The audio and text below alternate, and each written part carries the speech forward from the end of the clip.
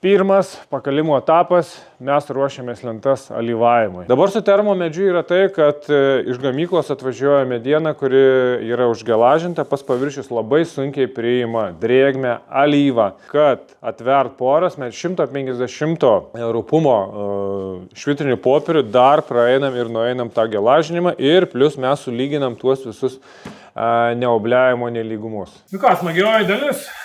Meditacija, alyvavimas. Daug kas užduoda klausimą, ar verta alyvuoti prieš montavimą. Tik dirbtuvėse jūs galite užtikrinti temperatūrinį stabilumą viso alyvos brandos periodo.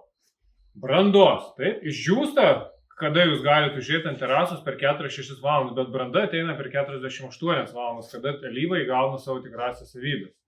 Tik dirbtuvėse jūs galite užtikrinti, kad neužkaitint saulė, kad neperkais ir panašiai ir panašiai. Tik dirbtuvėse jūs galite užtikrinti, kad neužlis.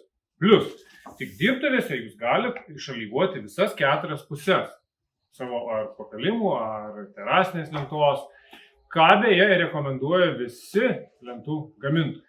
Nes išalyvavus iš visų pusių apdirbus lenta mažiau įgeria drėgmės, mažiau vyksta tos drėgmės apsikeitimas, yra stabilesnė, mažiau deformuojasi, mažiau trūkinėjasi, tai yra jūs kokybiškiau ją paruošėt tolimesniam gyvenimui.